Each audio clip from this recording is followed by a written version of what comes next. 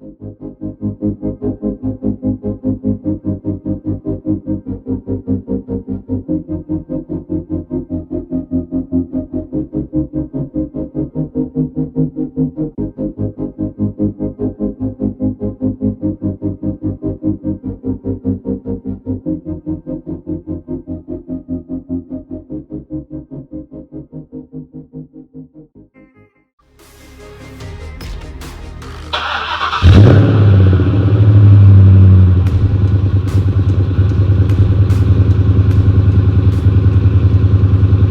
doing a quick follow-up on what's in my trunk as far as my Mustang video goes.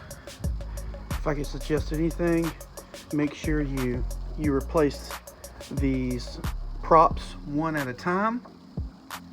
These corners, make sure your screws that go under here, make sure they're tight. Make sure you don't have any rust.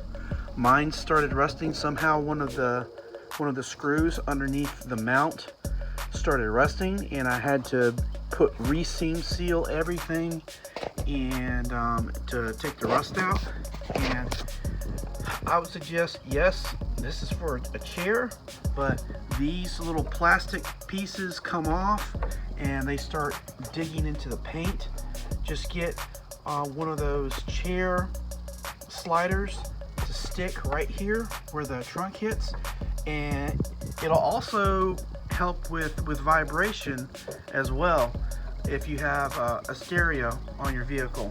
And I also put that same fabric tape on all of the wiring going up to the third brake light and tail housing and everything. And I've got this box that came off of Amazon, was really cheap, and there's still room for the shock tower brace. And yes, because these cars are older, I would suggest keeping just a simple set of metric tools in the back of your Mustang. I keep this in here for sound deadening, and to have a blanket to lay on if I have to lay on something if it does break down. Knock on wood, I've never had it leave me on the side of the highway. But I have a multimeter and lots of other tools and goodies in here, tire plugs, different things. But probably one of the most important things to have on a 20-year-old car is one of these. And get the bigger one.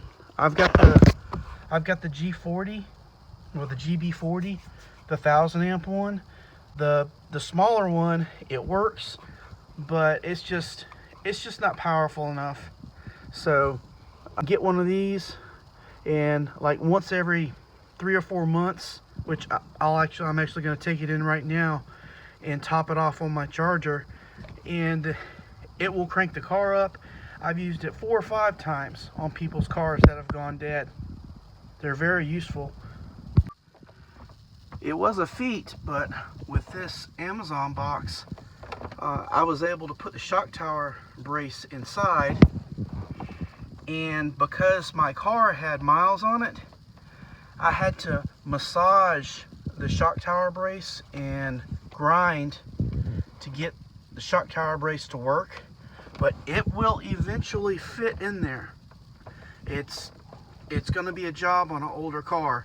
That's why they say put subframe connectors on a car when it's brand new. That you need to put stuff on it as soon as possible, because the chassis flexes over time. And I've got my amp on the back of my seat, so that's pretty much my trunk. And I don't know if it's just paranoia or not, but before I put the shock tower brace on the back, I always kept my rear seat belts locked, because I have known of people who've gotten rear-ended and half their stuff come through the rear seats on these, because it's only a pretty small piece of metal holding those seats from slamming forward. So I always keep the seat belts locked in the back if nobody's riding in the back. Thank you for those who have joined and subscribe to the Swamp Fox family. If you can give me a thumbs up, comment in the description, I'd really appreciate it. Please look for the links in the description. Become a Patreon member if you want to support the channel.